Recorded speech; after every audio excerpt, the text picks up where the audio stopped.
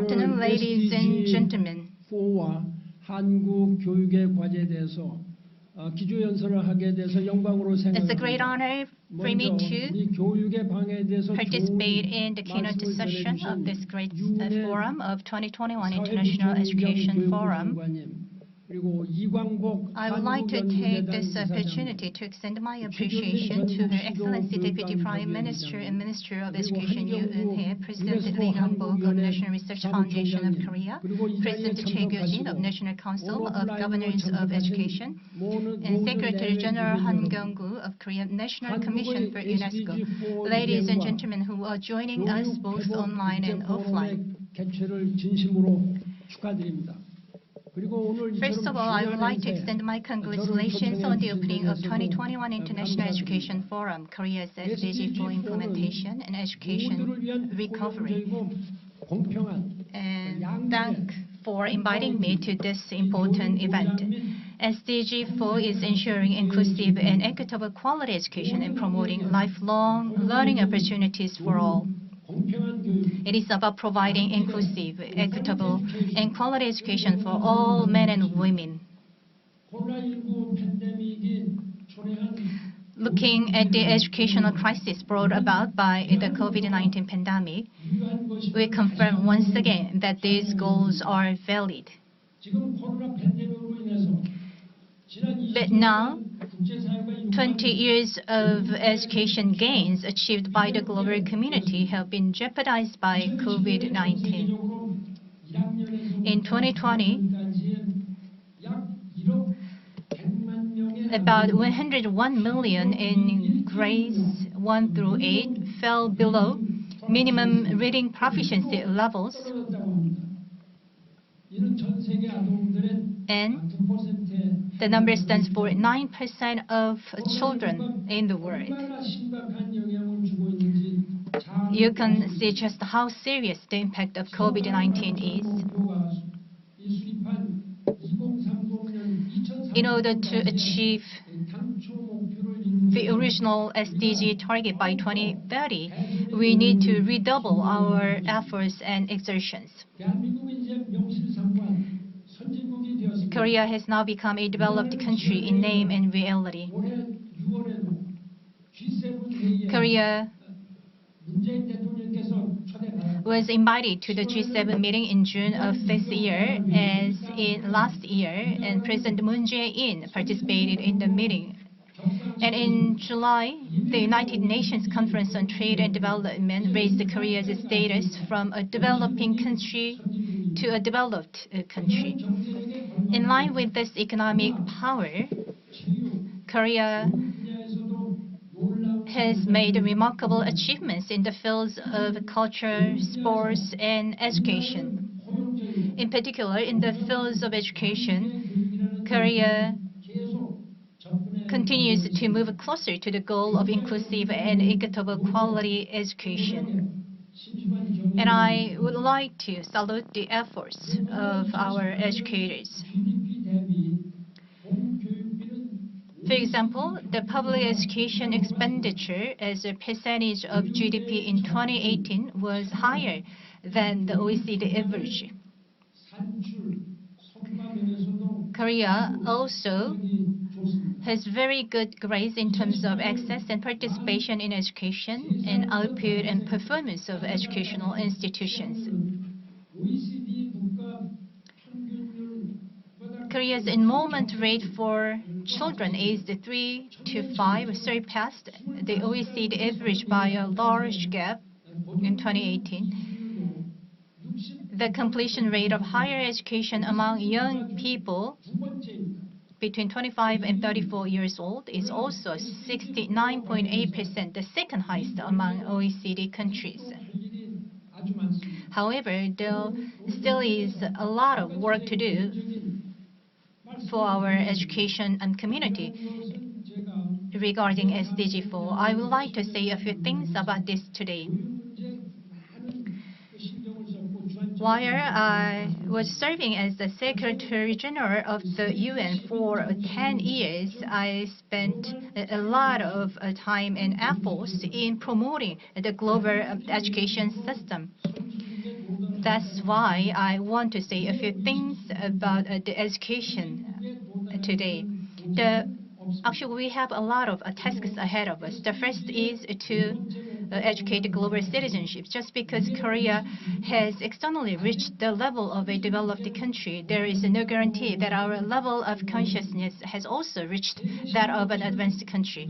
And even if we achieve SDG 4, it would not automatically mean that our level of consciousness has reached the level of developed countries. Global citizenship is the most basic condition for Korea to be recognized as an advanced country in all fields, including politics, economy, society, and culture. We may lack interest in raising our level of consciousness in the process of achieving rapid economic growth. The keeping a simple order required for our day-to-day lives, using kind words, and having respect for others make us beautiful people. From now on, in order to raise global citizenship, we need to further foster inclusiveness and fairness.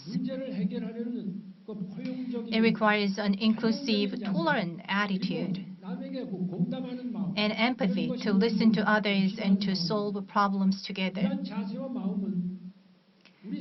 Such attitude and mindset will heal the division of our society and bring unity to it. In addition, we will be able to have a heart to sympathize with the difficulties of our neighbors, and also we can have compassion for the people around us. We have great passions, we have great enthusiasms. So the compassion and the passion should go side by side.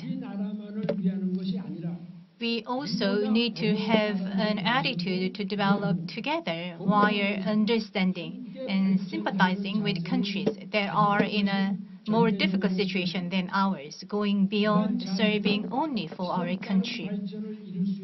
Such is the attitude that can achieve sustainable development and become the basis for overcoming the climate crisis.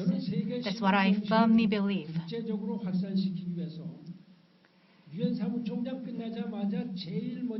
After I finished my term as the Secretary General of the UN, I established Ban Ki-moon Center for Global Citizenship in Vienna, Austria, where the headquarters of the UN is located. I am serving as the co-chair of the center with former President Heinz Fischer of Austria. The Republic of Korea should become a respected country by contributing to the international community based on global citizenship. And I hope that all of you in the educational community will pay attention to this goal and make efforts for global citizenship education. Second, we must work hard to resolve the polarization in education. Although Korea has one of the world's highest rates of college admissions, human resources are being wasted due to various systemic problems.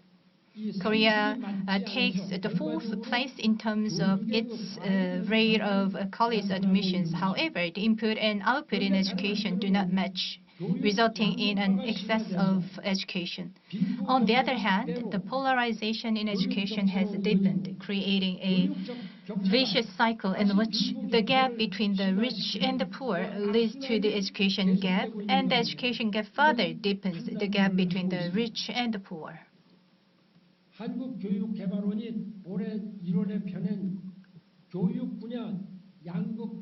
The Korean Educational Development Institute published analysis of polarization trends in education in January of this year. And according to the report, the likelihood that the bottom 20% of income groups will be in the top 20% in key educational indicators, such as private education expenses and academic achievement, has decreased over the past 10 years. The issue of polarization in education has been around for quite a long time, but it is a big problem that polarization has increased rather than decreased over the past decade. The government and education sector will have to come up with a bipartisan and comprehensive solution at the national level and implement it consistently over a long period of time. In addition, children from multicultural families are significantly less likely to attend higher education than Korean children. In particular, there is a considerable concern in the long run as their enrollment rate at high school drops significantly. I personally, as the co-chair of the Center for Global Citizenship, I have met a lot of the children from multicultural families, and I just came up with the thought that we should provide more support to the multicultural families, as well as their children. In particular, children with disabilities should be given sufficient access to education. The number of people with developmental disabilities is increasing every year, and they need special care. Digital literacy is also becoming an increasingly important skill in a digital society. We need to make digital technology accessible to people with all different kinds of disabilities. In the midst of COVID-19, the disability community in the United States has prepared behavior guidelines for preventing COVID-19 that can be easily understood by people with developmental disabilities. In Korea, we also need to make sure that no one is alienated and left behind from education through such thoughtful consideration. The third is to strengthen education for sustainable development, which is 4.7, the fourth goal of the SDG. The result of the 26th Conference of the Parties to the United Nations Framework Convention on Climate Change, or COP26 in Glasgow, UK, which closed on November 13th, made me feel the importance of climate change education more acutely than ever. The Glasgow Climate Pact was adopted at COP26, but it fell short of its original target because the will of the politicians was not strong enough.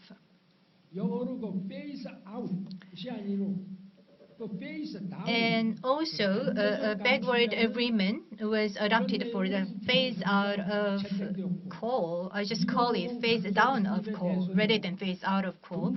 And the 2050 carbon neutrality target was also agreed in vague terms of the middle of this century. By and around the middle of the century, the global carbon neutrality 2050 will be achieved. That's the praise that was agreed and adopted in COP26.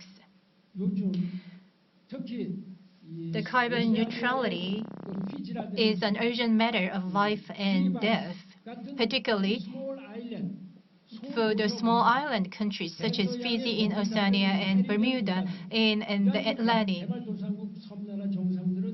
and the island countries in the Caribbean Sea.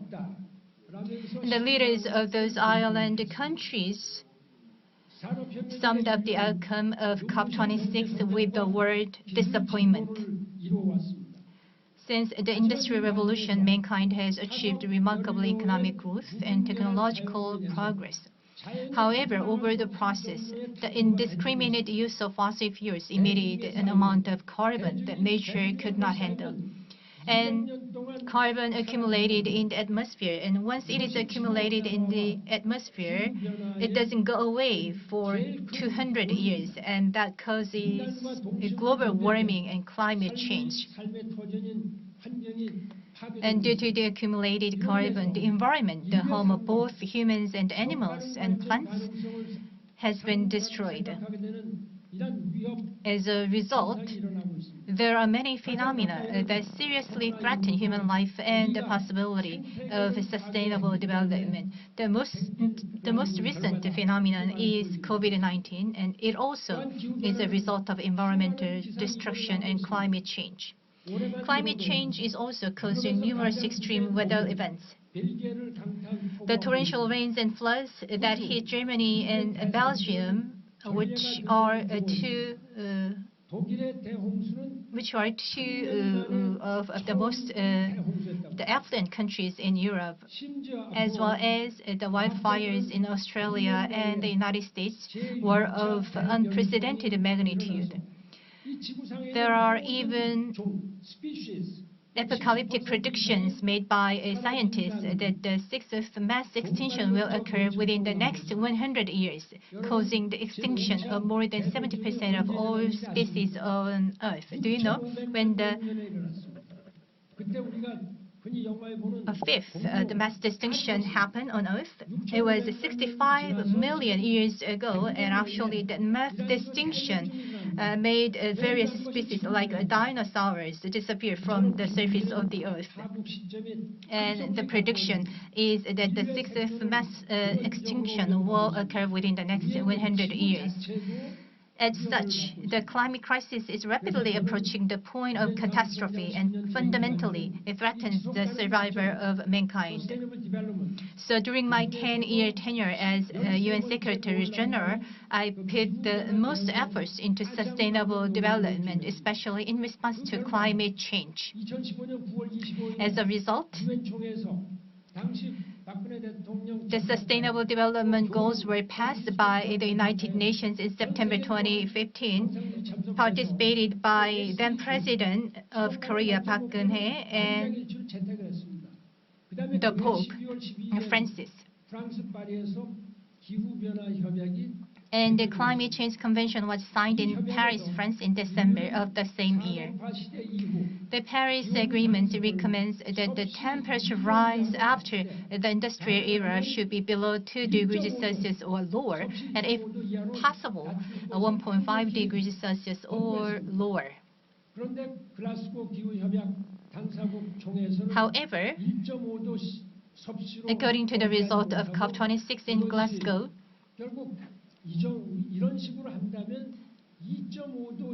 the global community failed to keep the temperature below 1.5 degrees Celsius. And as a result, it is predicted that the global temperature will rise to 2.4 degrees. If it happens, then the sea level will rise from 60 centimeters to 3 meters in the near future. If we do not act now, the survival of mankind will be greatly threatened. The key is to drastically cut down carbon emission. There is no other way. There should be 7% of carbon reduction made around the world, and last year we succeeded in reducing the carbon emission by 7%. It's not because we did well, but because of the economic recession caused by the COVID-19 pandemic. And in order to meet the target, it requires the determination of political leaders, the forward-looking attitude of companies, and the rapid development of carbon-neutral technology. However, the most important thing is the active participation of ordinary citizens and students. We can turn off one light and we can save 1 drop of tap water or the water that we use in our daily lives. We need to nurture people with a strong will to make Korea greener and the earth greener through education. So I personally visited Minister Yoon of Education of Korea to deliver this message, and also I also urged the National Council of Governors of Education and met 17 the governors to let them know the need of the education in the field of environment. So the education in the field of climate change and sustainable development is essential for our survival. So if the current leaders of each country cannot do it, then the next leaders should be able to do it. And therefore, it is very important to educate the general public and students about climate change and sustainable development. The fourth is the expansion of the ODA for education. As the saying goes, that we can build a country through education. Korea is a country of education. It succeeded in rapid economic development thanks to high education level. When the Republic of Korea was established in 1948, it was such a poor country. However, even then, Korea implemented a 6-year compulsory elementary school education system and invested more than 10% of the government budget every year in education to encourage children to study. The insufficient budget was supported by UNESCO, and one of those beneficiaries is me. When I was a student, elementary school student, we did not have sufficient textbooks. So I studied with the textbooks made with the aid of UNESCO. And the last page of our textbook had a mark said that the textbook was made thanks to the aid of UNESCO and the National Foundation of Education. The child who studied like that, who studied with textbooks made with the aid of UNESCO, later became the Secretary General of the UN.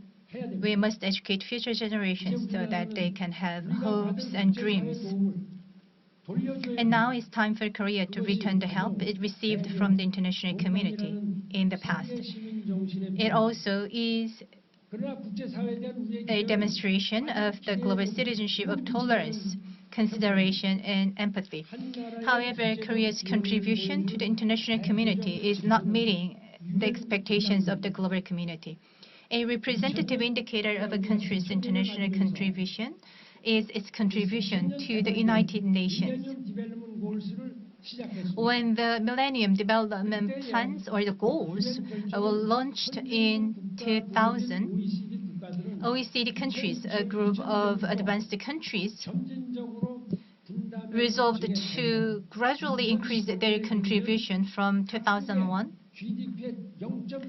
to reach 0.7% of GDP by 2015. It was a resolution adopted when the MDG or the Millennium Development Goal was launched. Although only some OECD countries achieved the goal of 0.7%, but the OECD average reaches 0.35, which is the half of the original goal. So when I was serving as the UN Secretary General, I just prolonged the deadline of the goal of meeting 0.7% of GDP for the ODA to 2030. Korea is a developed country not only in its name but also in reality, and also it was reclassified as a developed economy by UNCTAD. However, for the first time since Korea joined the OECD, its contribution to UN increased to 0.2% in the previous government and then fell back to 0.15% in the current government. Although our country's economic power is often proudly demonstrated internationally, our contribution falls far short of the level that the international community expects of us. Among 37 OECD countries, Korea belongs to the lower half countries in terms of its contribution to the UN. For example, in 2009, while I was serving as UN Secretary General, the world faced a food crisis. And the World Food Organization, one of the specialized agencies of the UN, held a summit to help the food crisis in developing countries. At the summit, Saudi Arabian king contributed $500 million and Japan contributed $150 million. And the Prime Minister attended the summit in person. Meanwhile, Korea contributed only $1 million, which is just 1/100th of Saudi Arabia and 1/150th of the donation or the contribution made by Japan. The Korea was so stringent by paying or making a contribution amounted to $1 million, even when I was serving as the UN Secretary General. While being passive in international contribution like this, we cannot call ourselves a developed country. Korea needs to raise its ODA to at least the OECD average of 0.35%. Accordingly, the size of ODA for education also needs to be increased. Ladies and gentlemen, carbon neutrality is emerging as the biggest topic of our time around the world. Following industrialization and democratization, carbon neutrality may be the last major challenge of our time. It will be a huge historical challenge as it will change the way of life itself and transform human civilization. So this is a huge historical challenge, and also it is a responsibility for all of us as members of the global community. And our hope and the hope of mankind depend on education. The well-known Swedish teenage Greta Thunberg has more influence than any other country's leader. When I participated in UN National Assembly back in 2019, the Swedish girl Greta Thunberg made a speech in front of the world leaders from diverse countries around the world. And actually, she was scolding those global leaders, saying that they just took the future from the young children around the world.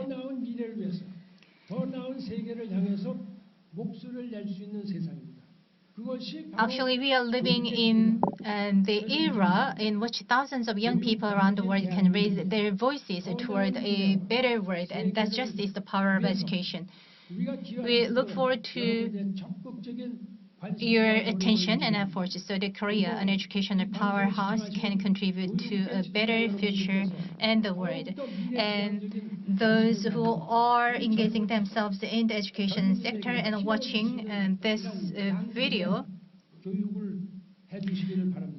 need to make more efforts to provide high-quality education. Once again, congratulations on the International Education Forum on the theme of Korea's SDG for implementation and education recovery. And I wish you a great result. If we join our hands, then we can make a better world where no one is left behind in the countries around the world. Let's work together and join our hands together for that purpose. Thank you very much.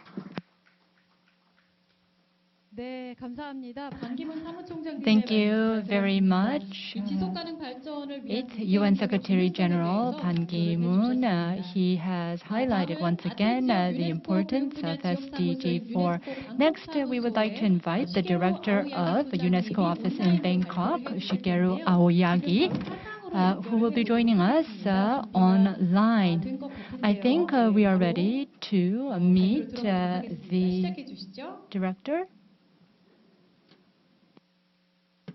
The floor is yours. 안녕하세요. Good afternoon. It is my pleasure to be with you today.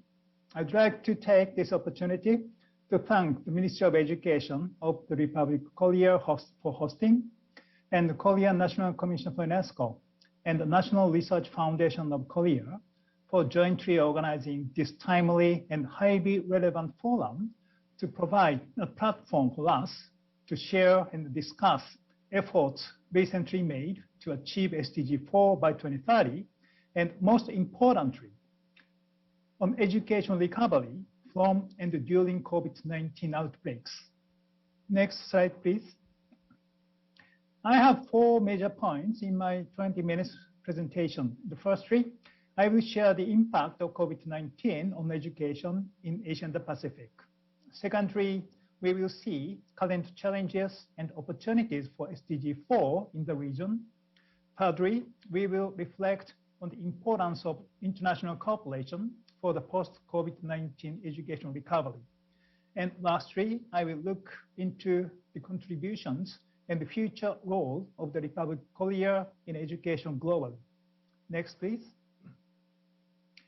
As we know, the COVID-19 pandemic has caused an unprecedented disruption of education globally and severely impacted education delivery, learning outcomes, student engagement, and their health and well-being, resulting in a significant setback in progress towards achieving the SDG 4 that promotes equitable and inclusive quality education for all.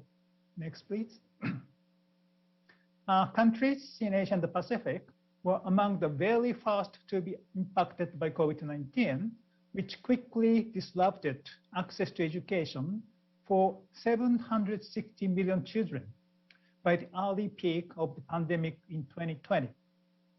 To mitigate the effects of the pandemic, governments put in place diverse remote and online education modalities to ensure the continuity of learning. However, not all children and youth were reached out by these measures equally, and the most vulnerable groups were the most affected due to a deep digital divide. Consequently, pre-existing disparities in education, which were already daunting before COVID-19, have been further exacerbated. Next, please. But even students who were fortunate enough to be able to access remote and online learning faced big challenges, such as inadequate quality of remote learning programs, reduced learning content, and insufficient teacher preparedness to effectively deliver online learning and support their students.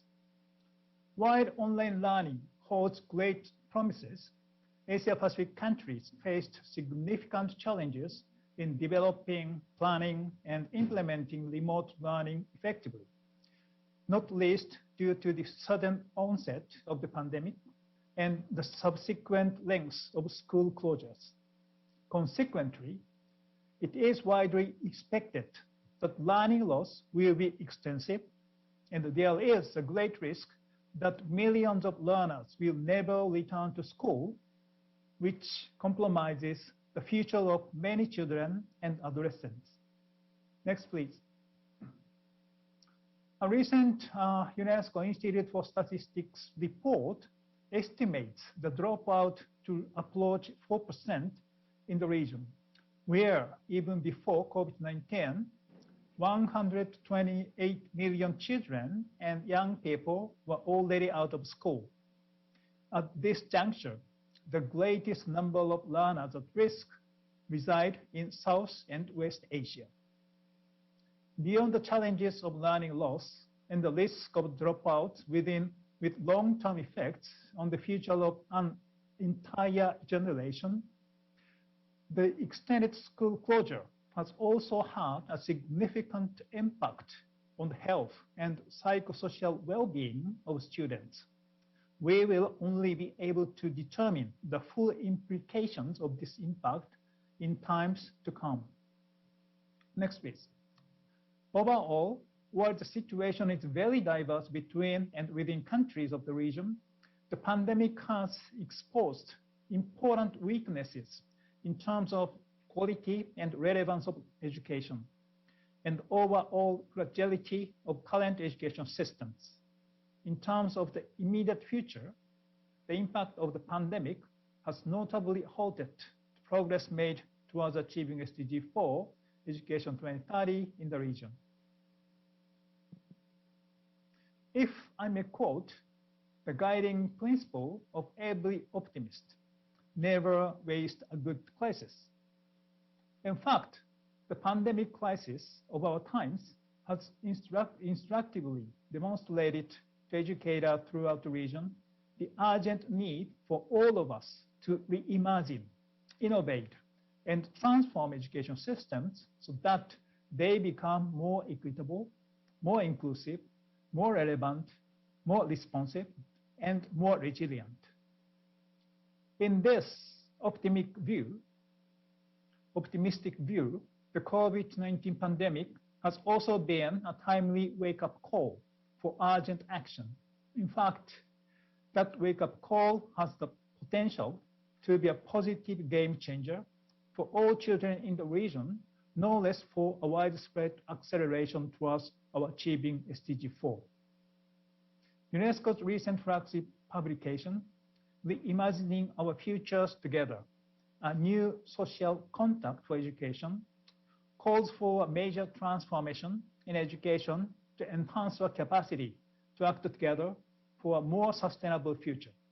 The report is a call for global solidarity and international cooperation, and the international community has a key role to play in helping states and non-state actors to align around the shared purposes, norms, and standards for realizing together a new social contract for education. Next, please. Early on in the pandemic, UNESCO convened the Global Education Coalition on COVID-19 response in education to jointly support education continuity. The Global Education Coalition is a platform for collaboration and exchange that brings together over 175 members consisting of UN agencies, international organizations, civil society representatives, and private sectors to engage in advancing, advocating COVID-19 education responses, and it has already provided support to 112 countries. The Global Education Coalition has highlighted the centrality of cooperation, coordination, exchange of knowledge and know-how in ensuring learning continuity and in achieving our shared mission to get education back on track and ensure learning. In the face of a common challenge, the pandemic has more than ever emphasized our interconnectedness. Strengthening international cooperation is key to dealing with existing and new emerging global challenges ahead and in forging a truly inclusive recovery.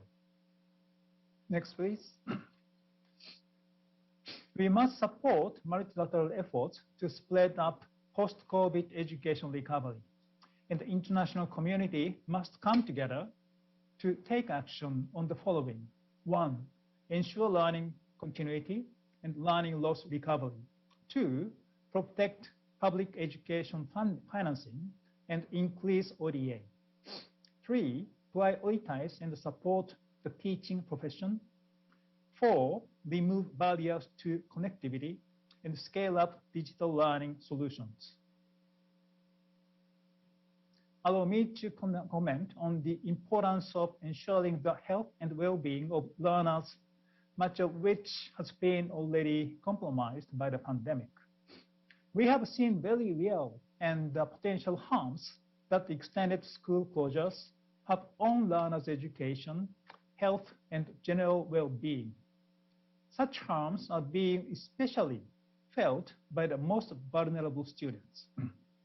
Efforts at ensuring learning continuity and recovering lost learning must therefore go hand in hand with investments in the health and well-being of students, the pedagogical support of teachers, and the related support of other members of the school community. The pandemic has brought into sharp focus on the need for revitalizing comprehensive school health and nutrition programs and creating the conditions and learning environments for children not only learn, but to lead healthy lives and form healthy interpersonal relationships. Only a month ago, UNESCO was delighted to reaffirm its support alongside sister UN agencies to a call to action emerging from an October 2021 meeting where health and education ministers from 10 countries in the Southeast Asian region committed to enhancing national effort for holistic system approach to health promoting schools. This is an initiative that we would welcome, taking root across the entire Asia-Pacific region. As the new normal of education and learning will take place in both physical and virtual learning spaces, so too must our efforts increase to create safe and effective learning environments wherever these may be. Next slide, please. Yes, the deep 2020 economic recession due to the pandemic and highly uncertain economic recovery prospects for 2021 and 2022 will have long-term consequences for regional economies and education. As a case in point, there is already a risk of regional governments reducing their budgets for public education. Even before the pandemic, Asia-Pacific countries faced a huge challenge in providing adequate financing for education. Although the Education 2030 framework calls for governments of member states to commit at least 4% to 6% of GDP to education, and or at least 15 to 20% of public expenditure to education. 1 in 4 countries do not currently meet both these targets. Not only has the COVID-19 pandemic exacerbated education funding gaps, in addition, there is now an increased needs for education investment. The consequences of the pandemic have been particularly hard in low and lower middle income countries, where the gap to achieve SDG 4 from now until 2030 has reached about 148 billion annually. It could now increase further, perhaps by up to 1/3. Like in any recovery process, education recovery post-COVID-19 requires considerable financial resources. Alongside health, social, and economic recovery initiatives, the international community needs to come together to advocate for the protection of public education budgets, as well as for the increasing of ODA for education. As aid to education is estimated to decline by up to 2 billion in 2022, there is even more urgency in mobilizing for an increase in domestic financing for education all across the region. In the context of COVID-19 education recovery, we must strengthen our dialogue with ministries of finance and across sectors. We must firmly advocate for protecting and increasing public investment in education as one of the key strategies for a smart, sustainable recovery and collectively scale up targeted assistance for education. Next, please. From the outset of the pandemic, teachers and educators around the world were tasked with ensuring the continuity of learning through distance education.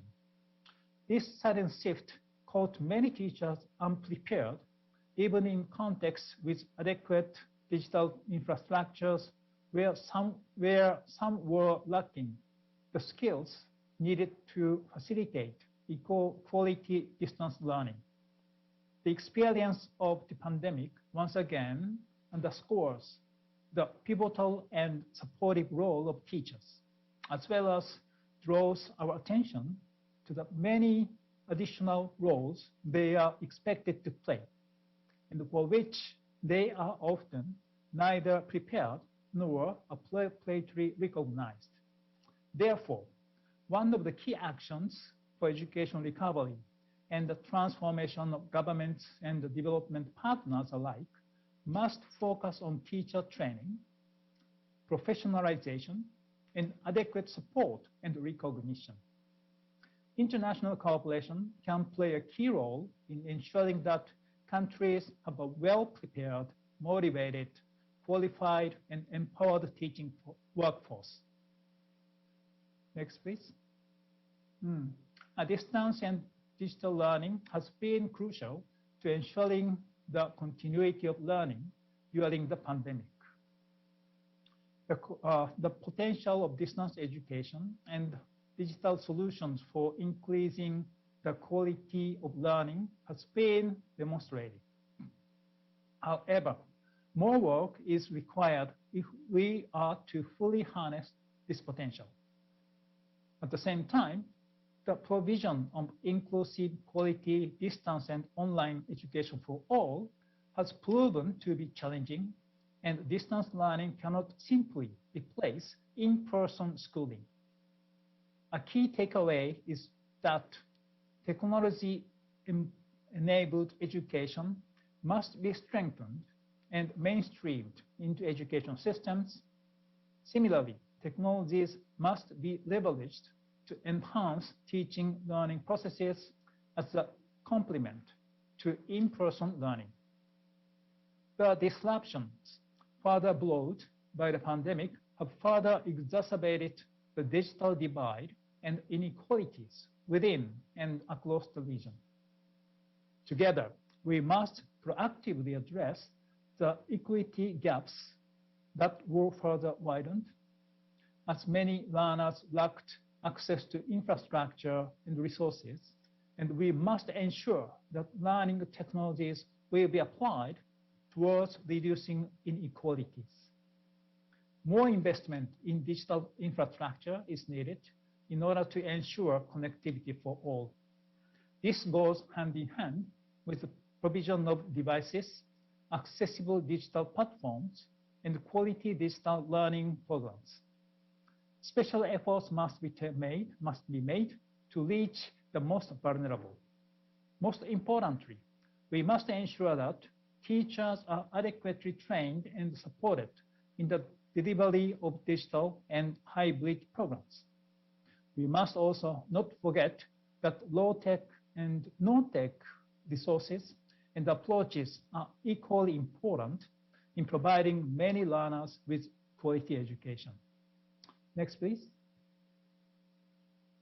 I'd like to commend the government of the Republic of Korea for their work and commitment to the development of education and to realizing the vision declared in the Incheon Declaration, both nationally and internationally.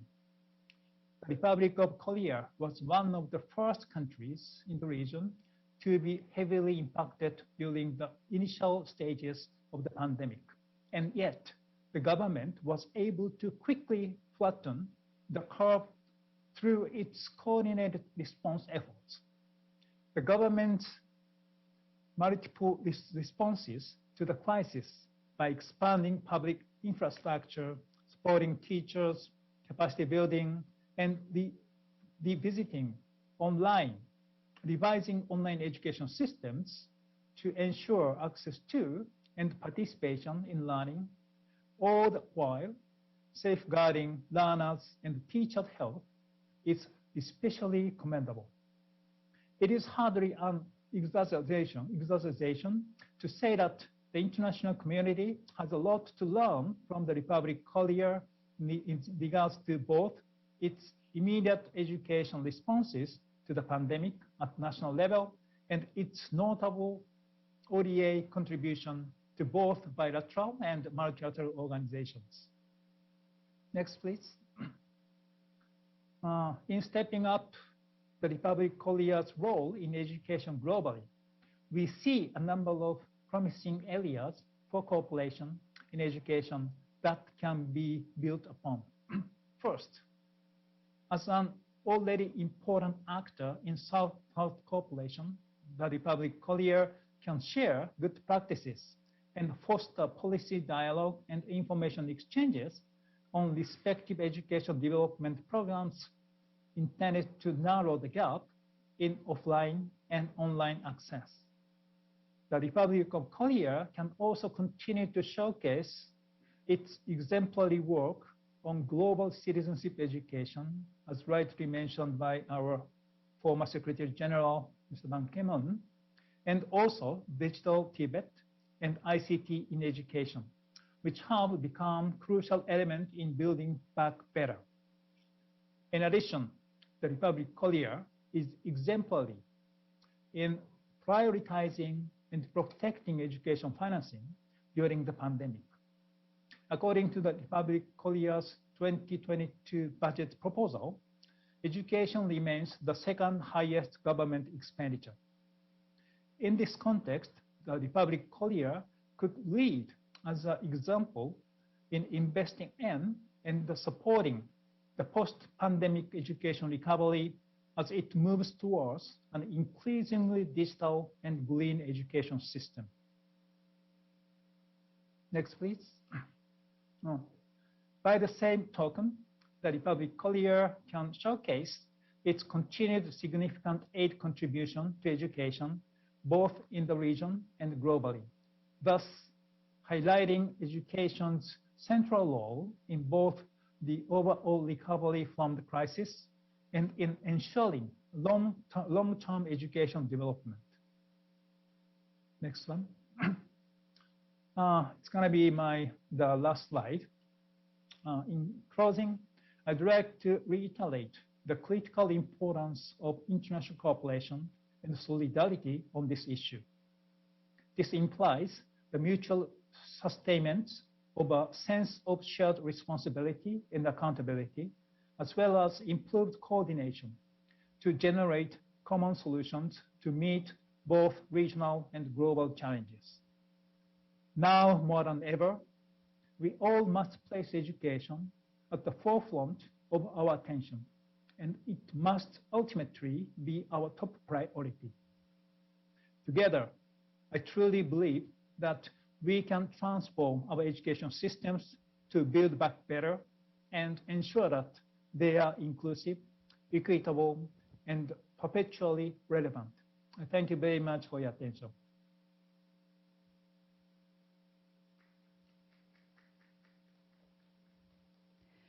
네, 감사합니다. 발표를 잘 들었습니다. Thank you 유네스코 very 방콕 사무소의 much, 시게루 Director 아오야기 Aoyagi 소장이셨습니다.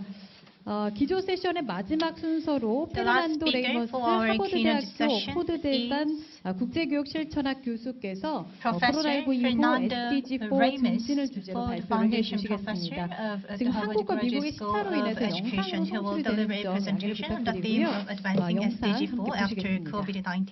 Due to the time difference between Korea and the US, he sent his presentation in the form of video and I am the clip. Ford Foundation Professor of International Education at the Harvard Graduate School of Education. I've also served as a member in UNESCO's International Commission on the Futures of Education, which just released a report, Reimagining Our Futures Together, a new social contract for education. And it is my absolute pleasure to participate in this International Education Forum, Korea's SDG4 Implementation and Educational Recovery, organized by Korea's UNESCO delegation. I'm going to talk about how to advance the SDG4 after COVID-19. Certainly, when on March 11th of 2020, the World Health Organization declared COVID-19 a global pandemic, that transformed life as we knew it, including education. The interruptions caused to school created many challenges for students, and the economic disruptions created by the pandemic also reduced the capacity of governments to support education, as well as the capacities of families to support education. In March of 2020, I began to focus all the research of the Global Education Innovation Initiative, which I lead at Harvard with our partners around the world, in generating knowledge that could help us understand how COVID-19 was impacting education, and that could help us generate knowledge that would be useful to sustain educational opportunity during the pandemic. And one of the very first things we did in partnership with Andrea Schleicher at the OECD was a survey of education administrators in over 100 countries around the world to understand what impact they foresaw COVID would have on education, what arrangements they had planned to put in place to sustain education, and what areas they foresaw were particularly challenging. And so we produced this report, which basically included a framework to guide an education response during the COVID-19 pandemic. We also asked the respondents to indicate what online platforms they were planning to use to continue to educate during the period when it would not be possible for students to congregate physically in schools. And that led to the publication that you see on the screen, which was basically an annotated bibliography of existing tools to support education remotely. We subsequently began to conduct a series of case studies documenting what governments at the municipal, state, national levels, as well as other education organizations were doing to continue to teach during the pandemic. And we produced 45 case studies between March and June of 2020 of such innovations with the purpose of spotlighting good practice and of animating a global conversation, offering resources to governments, to various education authorities that were trying to figure out with very little time how to teach. We very much thought of the world as a global laboratory that was in a process of rapid innovation, rapid experimentation, and by spotlighting these practices, we tried to accelerate that process. The OECD and the World Bank, two of our partners in that effort, will be publishing a book in December of this year with those 45 innovations, which you can also download on the link that is on the screen. We then conducted in May of 2020 another survey to the same respondents that we had contacted in March to hear their reflections on the previous 3 months. And the conclusion of that is that in spite of the challenges that inevitably certainly had taken place, this had also been a period of tremendous innovation, tremendous experimentation, of great creativity, in part as a result of collaboration among teachers in the same schools, across countries in many places. And so studying those collaborations highlighted the importance of leadership, of educational leadership at the school level and at various levels of administration, and that became the focus of our 3 next publications, Leading Education through COVID-19 and Leading Education during the pandemic. So these were some of the studies that we produced very quickly, essentially between March and December of 2020, but we also began with our partners in the Global Initiative 2 longer studies.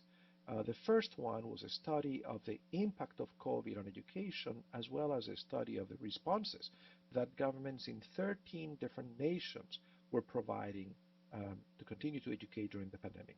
And that book was published about 2 months ago now, with the title Primary and Secondary Education During COVID-19. It's an open access book that can be freely downloaded on the link that you see on the screen. And we also conducted a comparative study of the way in which 20 universities around the world had, during the period of the pandemic, partnered with school networks and with school systems at the state level, at the district level, at the national level, to help schools innovate for the purpose of continuing to teach during the pandemic.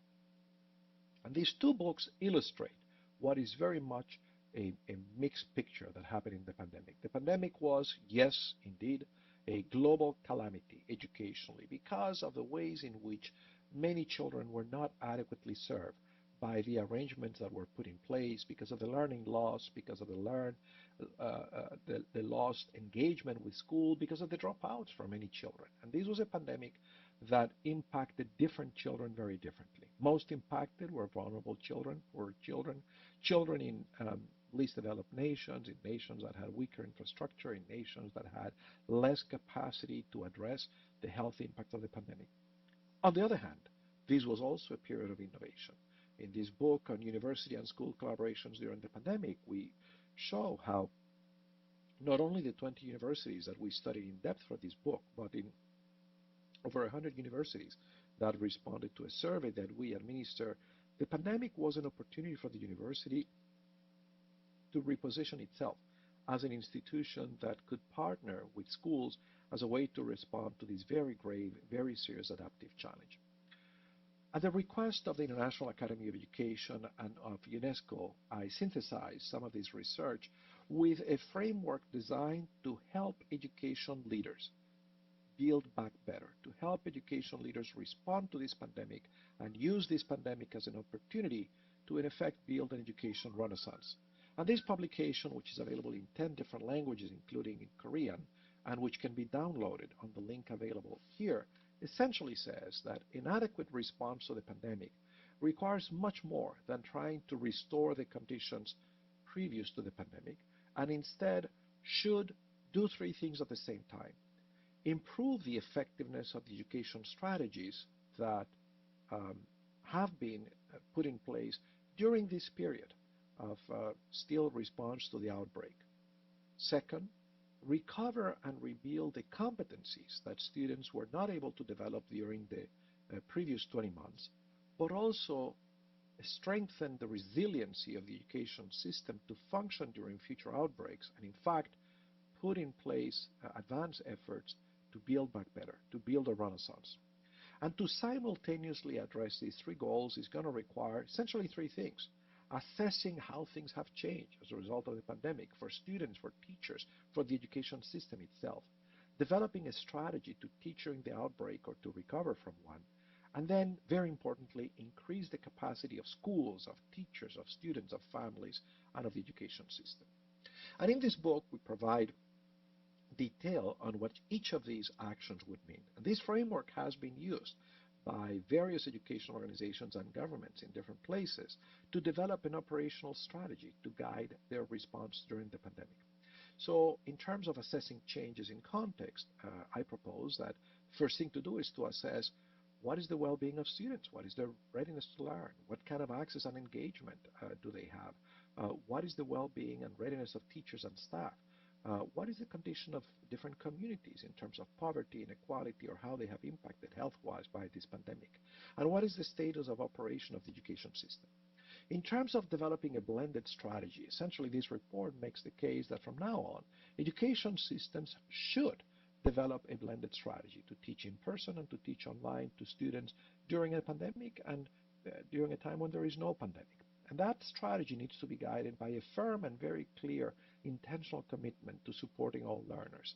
It should develop, of course, a delivery platform that balances in-person with remote instruction in a way that allows personalization and differentiation. It should prioritize the curriculum and focus on competencies as opposed to covering content, and on the education of the whole child, on the development of cognitive and social-emotional skills. It should accelerate learning and personalize. It should support the mental health and the emotional well-being of students. It should also, very importantly, a topic that I'll come back to in this presentation, support the mental health and emotional well-being of students. It should assess the innovations which have taken place, and it should integrate various services, not only educational, but health and nutrition. And in order to advance these 7 components of developing a blended strategy, it's important to increase the capacity of the system, develop the capacity of schools, redesigning the roles of different teachers and staff so they can work more collaboratively, they can work in teams. It should build the capacity of school leaders and of staff. It should build partnerships across schools in networks and between schools and other institutions like universities. It should more effectively communicate with parents and develop parenting skills, and it should build school networks. In essence, we should innovate, which is also the theme of this recently released report, Reimagining Our Futures Together, a new social contract for education. And this report of the Independent International Commission established by UNESCO in 2019, and which has just released, is fundamentally an invitation to each and every one of you to participate in co-constructing the ideas which are presented in this reform. This report, unlike the 2 previous reports on the futures of education, the report published in 1972, Learning to Be, and the report published in 1996, Learning the Treasure Within, which were very much addressed to governments in the expectation that change happens when governments decide that it should happen and put in place a series of mechanisms and processes and measures to make change happen. This report is based on the assumption that the transformation of the culture of school requires every teacher, every student, every parent, every member of society to participate, to collaborate. And this collaboration begins with a conversation around how do we make our schools more relevant to prepare our students to participate civically, socially, economically. And the report basically, in addition to being this invitation to each and every one of you to participate in this dialogue, to innovate, focuses attention on 5 key topics. Pedagogy. How to develop a pedagogy of solidarity that equips students with the ability to collaborate for the purpose of building a better world. Curriculum. How to open the doors and the windows of the school to the outside world so that learning is both authentic and relevant, so that students understand how what they're learning connects to challenges in the real world, the kinds of challenges that are highlighted in this compact of the SDGs, the kinds of challenges that can help us that we need to address in order to make a world that is more inclusive and more sustainable. Third component of this document produced by the International Commission is the need to rethink the school, to reimagine the organization of school. Fourth component is the teaching profession, how to develop, how to support a teaching profession that is really up to the task of preparing students to bring about this world. And final component is about building the larger ecosystem that provides opportunities for continuous learning. So in many ways, I want to invite each and every one of you to be a co-constructor, to be a participant in this broad and inclusive dialogue, in this democratic dialogue of what would it mean to reimagine our futures together. And this dialogue should begin where each of you is, where each of us is at the moment, in our schools, in our workplaces, in our universities, with our colleagues, reading this document and discussing how do we make change happen. Now, one of the steps of that process is to recognize what changes took place during the pandemic that are in line with this vision articulated in the report, Reimagining Our Futures Together. And in this recent publication, which I co-edited with my colleague Renato Operti, we invited colleagues in 31 different jurisdictions to examine innovations that have taken place during this pandemic and which are aligned with this vision of a better future. And so that's why this book is titled Learning to Build Back Better Futures for Education, Build Back Better, Futures for Education. And essentially what we find is during this very difficult time caused by COVID-19, when the normal rules that govern the operation of the education system were suspended, remarkable innovation took place. And so this book, which is also open access and can be freely downloaded, is both designed to disseminate 31 innovative practices that were generated in the pandemic, which are very much aligned with this vision of building back better, but also to disseminate a methodology, a particular way to capture this innovation dividend that was generated during this pandemic. And I want then to talk about these goals, which are as relevant, the Agenda 2030, today as they were before, perhaps even more relevant given the disruptions caused by the pandemic, and in particular Target 4.7, which calls for an education that equips students with an understanding that nothing human should be foreign to them, with an understanding that they are stewards of a better planet, with an understanding and with the agency to both understand, care about, and have the skills to participate in building a world without poverty, without hunger, with good health and well-being for all, with good quality education for all. Over the last decade, with my colleagues and graduate students, I have developed curriculum that is fully aligned with these goals and with the Universal Declaration of Human Rights. And these resources, which are open education, have been used by thousands of educators around the world in many different schools, many education systems, as a way to anticipate the kind of invitation that the Commission of Education on the Futures of Education makes when they talk about cultivating a pedagogy of solidarity and a curriculum that is open to the needs of the world. So the first book, titled The World Course, Empowering Students to Improve the World, available in many different languages, was organized around the following principles. Begin with clear learning outcomes in mind, with competencies. Use pedagogies that are project-based, that emphasize learning from doing, from active learning, that develop a breadth of skills, knowledge, skills, and attitudes, that engage students over an extended period of time with challenging activities that are coherent, that help them integrate what they learn in different disciplines, that bring in new knowledge and new content, but especially that foster agency, ability, the desire to make a difference, leadership on the part of students. A curriculum that helps students learn from what works as well as from challenges, but that cultivates an innovative and entrepreneurial spirit, where parents and members of the community are seen as resources, where the emphasis is on the development of high-order analytic skills, curiosity, exploration, observation, analysis, where the SDGs are the focus as well as the Declaration of Human Rights, and where students see connections between the life around them and the rest of the world, engaging them in complex issues that are messy and that have no easy answers. In effect, what the World Course does is to provide a simple tool that makes it possible for every educator to test the two hypotheses that undergird any curriculum. First of all, the hypothesis that if our students learn the following competencies, the consequences to them or their communities would be A, B, or C. And secondly, that in order for them to learn these competencies, we need to engage them in the following learning activities. We developed a simpler, streamlined version of this curriculum, also available as an open access book, titled Empowering Students to Improve the World in 60 Lessons. And what this book contains are three simple tools. One is a protocol that explains how do we go from the SDGs to a particular set of competencies, and from those competencies to map backwards a curriculum that takes students from being novice to being experts. Second, a protocol to design a school-wide strategy that transforms the culture of the school so that everything that happens in the school is aligned with developing global competency. And finally, a prototype, an example in 60 lessons of global citizenship. The school-wide strategy is very simple, comprises 13 steps, establishing a leadership team, getting that team to study these goals and develop a long-term vision, translate those into a framework of knowledge, skills, audit what is being done in the school in light of this framework, communicate that vision, develop an implementation plan, identify the resources necessary to bring this plan about, develop a dashboard, a framework to monitor implementation, a communication strategy, a strategy to build the capacities of teachers, finally execute, evaluate, and then do it better the next cycle of improvement. So basically, these 13 steps is a protocol to guide schools in a continuous process of improvement that helps all in the school test these two hypotheses. If we teach A, our students will learn B, and if they learn B, the consequences to themselves and the communities will be the following.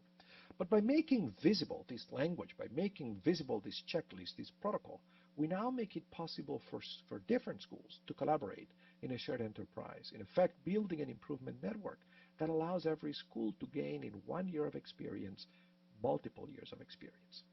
Finally, this recent book, also an open access publication, suggests that in order to bring to scale an education of global citizens, it's very important to have a complex theory of mind, to understand, to master 5 perspectives, to understand the process of educational change.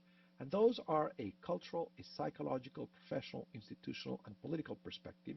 And in this book, I basically review the existing research as well as my own work educating global citizens in light of these 5 perspectives.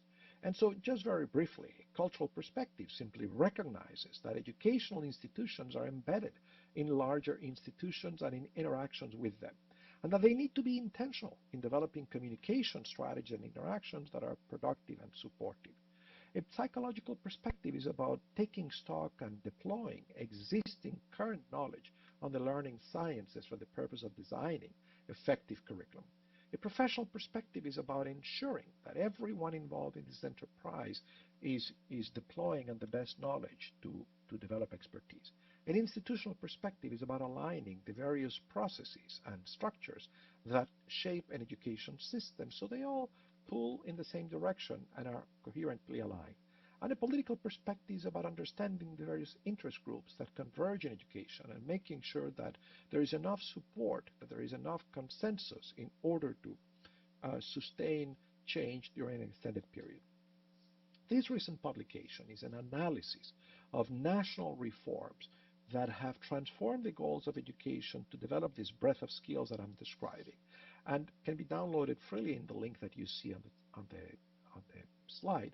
And it talks about the importance of the process of implementation and how mindsets about reform are key, as well as the need for a strategy that gives great operational clarity that can translate plans into changed realities in schools. the importance of coherence, completeness, and the power of the 5 frames that I have just described, the necessity to sequence a reform, to pace it, to stay the course, and to build system capacity. And in building system capacity, the preparation of teachers is key. And these 2 publications are case studies of national or very large-scale efforts to build the capacity of teachers to educate the whole child, to develop the breadth of skills that are implicit in achieving Goal 4.7. And so I want to conclude this presentation remembering Terence, the very famous playwright in ancient Greece, 20 years ago, who said, "I am human, and I think nothing human is alien to me." That should be the goal of advancing goal object target 4.7, to equip students to understand that nothing human is indeed foreign to them, and that they have not only the motivation, the disposition, the responsibility to participate in improving the communities of which they are a part, including the global community, so that we build a world that is more inclusive and more sustainable, but that they have, in fact, the obligation to do that. Thank you for the opportunity to address you at this important conference.